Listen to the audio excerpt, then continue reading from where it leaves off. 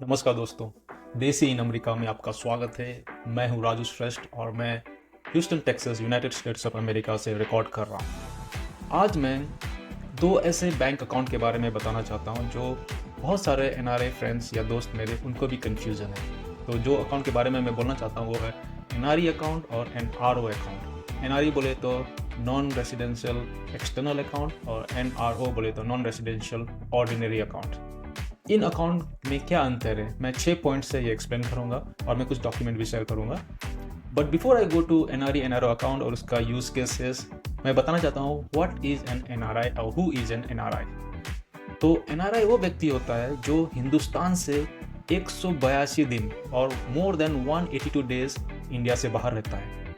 He can be a student, वो एक worker हो सकता है। He can come in a personal visit या वो वर्क रिलेटेड विजिट कर सकता है, या फिर वो मेडिकल रीजन से भी बाहर आ सकता है। तो कोई भी व्यक्ति विशेष अगर 182 दिन से ज़्यादा हिंदुस्तान से बाहर रहता है then he is called an NRI.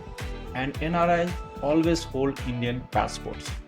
कुछ लोग कंफ्यूज करते हैं foreign citizens of Indian origin with NRIs, they are interchangeably use करते हैं, लेकिन उसमें भी कुछ तफात होता है। सोच लीजिए एक व्यक्ति यूएस आया और यहाँ का सिटीजनशिप एक्सेप्ट कर लिया, तो he should not be an NRI, he is a citizen of USA but his origin is India. तो उसके लिए सरकार ने 2 कार्ड्स दिए हैं। पहले दिया जाता था PIO, people of Indian origin जिसे बोला जाता है, और आजकल दिया जाता है OCI, overseas citizenship of India.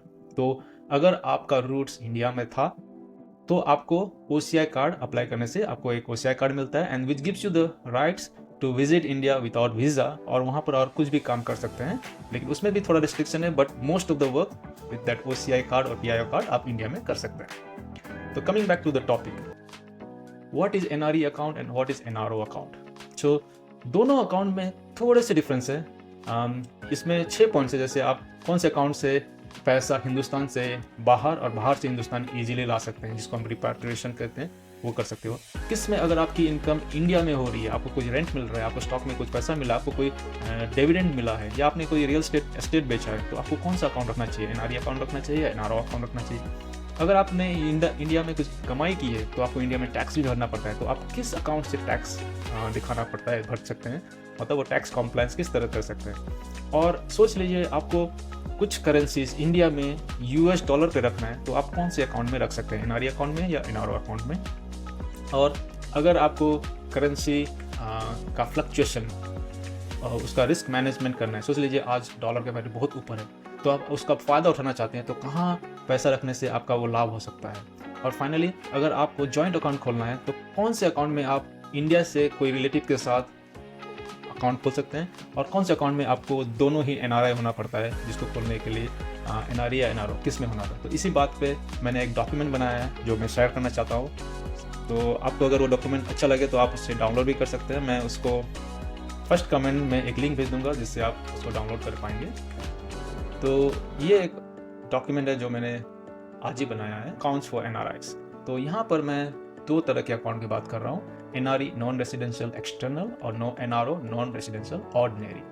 तो अगर, और मैंने यहाँ 6 पॉइंट लिखा है। तो पहला पॉइंट है फंड्स रिपाट्रिएशन, मतलब इंडिया से फंड बाहर लेना और बाहर से इंडिया में फंड भेजना। तो कौन से अकाउंट में फायदेमंद होता है, तो देखिए एनआरई अकाउंट्स एनआरआई के लिए बनाए गए हैं ताकि वो अपनी फॉरेन अर्निंग्स को इंडियन रुपीस में पार्क कर सके। सोच लीजिए मेरे पास डॉलर है और मैं उसको, आज डॉलर वैल्यू बहुत हाई है, तो मैं उस अमाउंट को मैं इंडिया भेज सकता हूँ और वहाँ पर मैं अच्छे रेट पे पार्क कर सकता हूँ, और वो मैं कर सकता हूँ एनआरई अकाउंट पे। ठीक है, एनआरई अकाउंट में रखे हुई रकम पूरी तरह से रिपाट्रिएबल होती है। इसका मतलब यह है कि प्रिंसिपल और इंटरेस्ट दोनों को आप बिना रेस्ट्रिक्शन से इंडिया से बाहर ले सकते हैं, उसमें कोई रेस्ट्रिक्शन नहीं होता है। एनआरआईज को अपनी फॉरेन इनकम और सेविंग मैनेज करने में इससे मदद होती है। तो अगर आपका मकसद है कि आपके फॉरेन करेंसी में अर्न पैसा आप इंडिया में पार्क करना चाहते हैं, यूज़ नहीं करना चाहते, बस पार्क कर रखना चाहते हैं, क्योंकि इंडिया में यूजुअली आपका अगर बैंक में रखा तो वो रेट ऑफ इंटरेस्ट ज़्यादा मिलता है। यूएस में आपको 0.25 मिलता होगा, इंडिया में वही आपको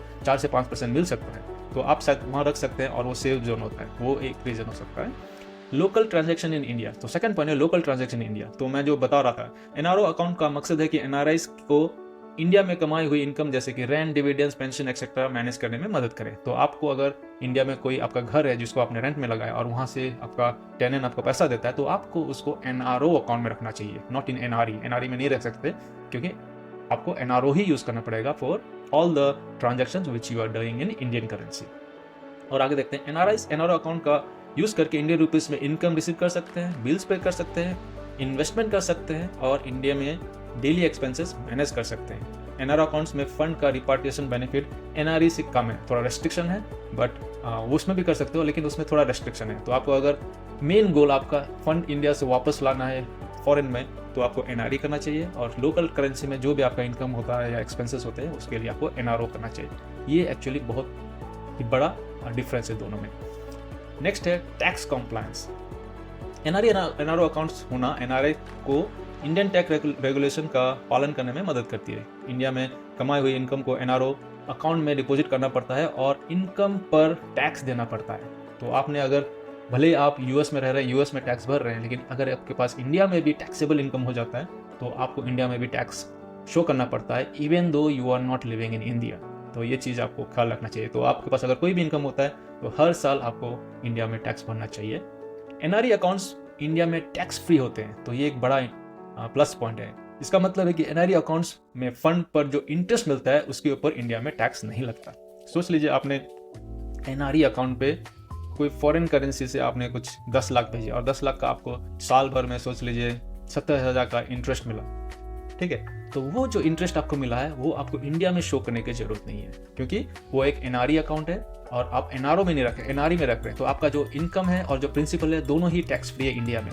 लेकिन हो सकता है कि आपका करंट होम कंट्री में आपको वो शो करना पड़े, तो आप अपने कंट्री स्पेसिफिक पढ़ लें, लेकिन इंडिया में आपको टैक्स देने का जरूरत नहीं है अगर आपने कोई इंटरेस्ट गेन किया है इन NRE अकाउंट। लेकिन NRO में कुछ भी ट्रांजेक्शन होता है और उसमें अगर आपने टैक्सेबल इनकम अर्न किया है तो आपको शो करना पड़ता है। और फोर्थ पॉइंट है करेंसी रिस्क मैनेजमेंट। ये तो बहुत ही ऑब्वियस है।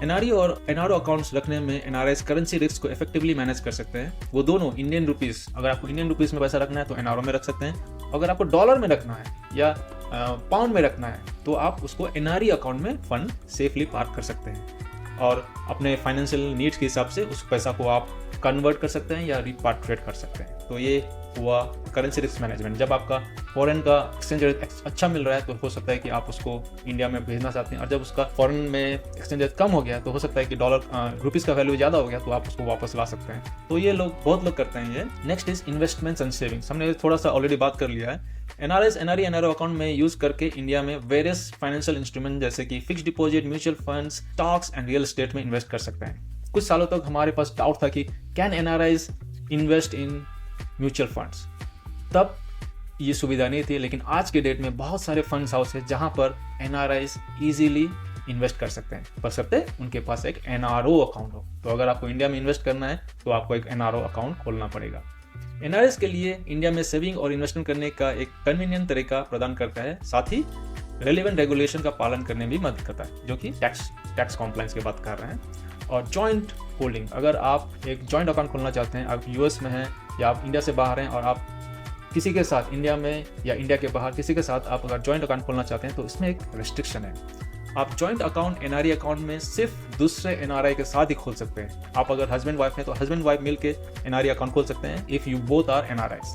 लेकिन आप चाह रहे हैं कि एक NRE अकाउंट खोले और मैं अपने मम्मी या मेरे इन-लॉज के साथ खोलूँ, तो ये पॉसिबल नहीं है। NRE अकाउंट सिर्फ NRIs खोल सकते हैं, जबकि NRO अकाउंट में आप एक नॉन रेसिडेंट के साथ भी खोल सकते हैं या एक रेसिडेंट इंडियन के साथ भी खोल सकते हैं। मतलब NRO अकाउंट आप हस्बैंड वाइफ दोनों खोल सकते हैं, या आप और आपके मम्मी, या आप और आपके पापा, और या आप और आपके इन-लॉज दोनों भी खोल सकते हैं, क्योंकि उसमें both NRIs and non residents दोनों ही NRO अकाउंट खोल सकते हैं। तो ये थे NRE और NRO अकाउंट में कुछ डिफरेंसेस, इंपॉर्टेंट डिफरेंसेस। इसमें और भी डिफरेंसेस हो सकता है मैंने वो मिस किया हो। आपको NRE और NRO अकाउंट आपके हिसाब से खोलना चाहिए। अगर आपका कोई भी इनकम है इंडिया में तो आपको NRO जरूर खोलना चाहिए, जिससे आप इंडिया में भी टैक्स कॉम्प्लायंट हो सको।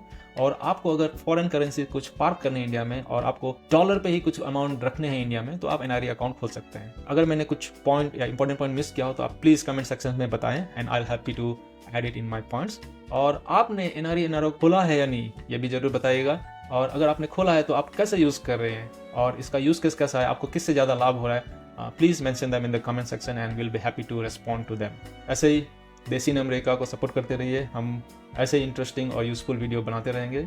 टिल नेक्स्ट वीडियो, राजू श्रेष्ठ साइनिंग ऑफ।